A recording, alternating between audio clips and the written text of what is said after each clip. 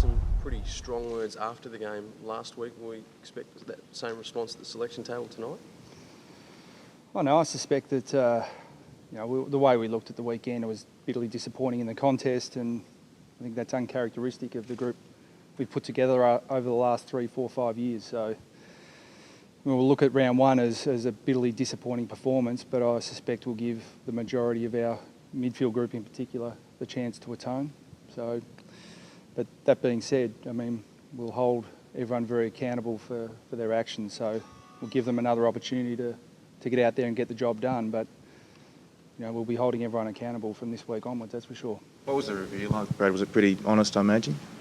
Yeah, as it always is. But as I said post-game, I mean, some of the method in terms of what we were doing clearly needs work. But sometimes we overcomplicate this game, and if you can't get your hands on the ball and you can't defend well enough to get it back, it's going to be very hard to win games of footy. And there's a lot of the micro that we had a good look at that we can improve on, but the fundamentals of the game of winning the ball and defending to get the ball back wasn't there on Friday night. So that put us right behind the 8 ball, and in fact it was a miracle we were as close as we were.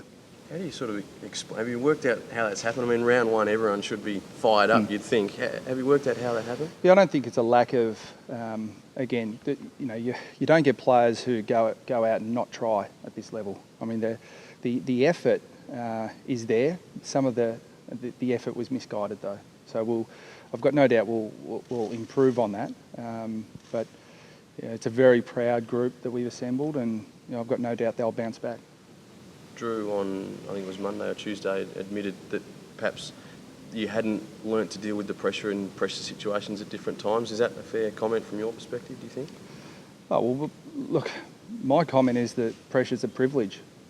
I mean, if there's pressure on you in round one, it's because there are certain expectations that people external to our football club have placed on us.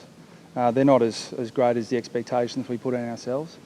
But if there is pressure on us, it's because we're in a privileged position of expectation to perform. So we'll either deal with that or we won't. But we're not going to be a good side playing in good games until we can deal with that. And it's fair enough, it's yet to be proven. The inability to get the ball back off the Bombers, Brad, was that an effort thing, or was it due to perhaps structure sort of failing? No, I think, they, first of all, give them their due. I think they retained the ball really well. We potentially sat back and hoped they'd kick it back to us, hoped they'd make some mistakes, and that's not the way you beat good sides. You beat good sides by taking it right up to them, and we certainly didn't do that. So it was a disappointing aspect for us. And again, it hasn't been systematic of what we've been about, but we'll get a chance to change it this week and certainly hold everyone accountable to it. Is the error in the ruck something that you've looked at this week with Goldstein obviously struggling with that injury? What's the go with this? Yeah, look, it certainly made it hard for Goldie late in the game, being hampered by that shoulder. But the scans have come up clear. But what in this competition, he'll be rucking against Will Minson. If he's not perfect, we won't play him. So he'll do some work out in the track today. I'll watch him really closely. And Goldie's he's a survivor. I mean, even when he's struggling, he still battles through. But battling through is not going to be good enough this week. So unless he's perfect, he won't play. We'll definitely. Daniel Curry won't play in the VFL this week. We'll hold him over as insurance for Goldstein, and if Goldstein's not right, Curry will come in. So Curry won't come in as a backup to Goldstein, even if he does play. No. We're looking at basically. We still think our structure's the one to go with, but we need both those players at their best. And unfortunately, we burnt the candle at both ends. And Drew, we're asking too much of Drew, and we didn't get anything out of Goldie. Mainly due to injury. So, Drew's fine, but Goldie's got to be 100% too. Have you been happy with the boys' response on the track this week? Yeah, trained really well on Tuesday. We'll go out and train again today, but they are a proud group, and history tells me that they bounce back from bitter disappointments really quickly, and our challenge is to do that again. What are you hoping to see in the first 5 minutes against the Dogs? I suspect what they're hoping to see as well, which is, if both teams come out and play the sort of contested brand that both clubs are probably renowned for in a lot of ways, then, they were a very good contested ball side last year, and we were, the best clearance side and top 4 contested ball side all year as well. So that makes for a pretty fierce contest. But to be honest, that was 2013. 2014, we're just about the worst in that area. So we expect a fierce contest, especially early. Robbie Durrant's out there on the track. How far away do you reckon he is? About 2 or 3 weeks, I hope. He's moving pretty well and looks really fit, but just needs some continuity of training. But the medicos tell me probably round 3, round 4.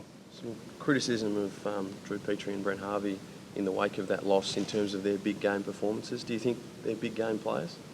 Is that fair? Do you think Brent Harvey's a big game player? That's what I'm asking you. Yeah, but It wasn't my criticism. I'm asking you whether it was fair. Ludicrous comment. I think Brent Harvey's one of the biggest game players there's ever been. So, when you lose, you get criticised. We live with it. We wear it. We act on what's appropriate and we disregard what's inappropriate. Do you have to chat to Drew? I mean, Brent obviously is Drew as well. He's been around for a long time, but do you have to still get to them and say, pick yourself up, and there's always next week? No, look, they're proud performers, and we don't. There are no free passes. I mean, we're always looking to improve, and particularly when our best players don't perform to standard, then my job is to help them as much as I can, and I've certainly done that this week. But the expectation is on them to get out and do what they do best. And you can open the excuse book, or you can just cop the criticism and get on with it and get out and perform, and your actions do the talking. So I'm confident those two will do that. A lot of the players seemed genuinely shell-shocked after the loss, Brad. Have you had to sort of, I suppose, temper the review and perhaps add some positive reinforcement to things as well? No, not really. I mean, they know what they do well. The reality is we were beaten by an opposition that didn't allow us to play our best, and we did nothing to counter what they were doing. So, we'll have a really strong focus on doing the fundamental things that we do well, and our game tends to flow from that. So, there wasn't a lot of picking players up and cuddling them this week. It was, some cold hard facts and holding people accountable to their jobs.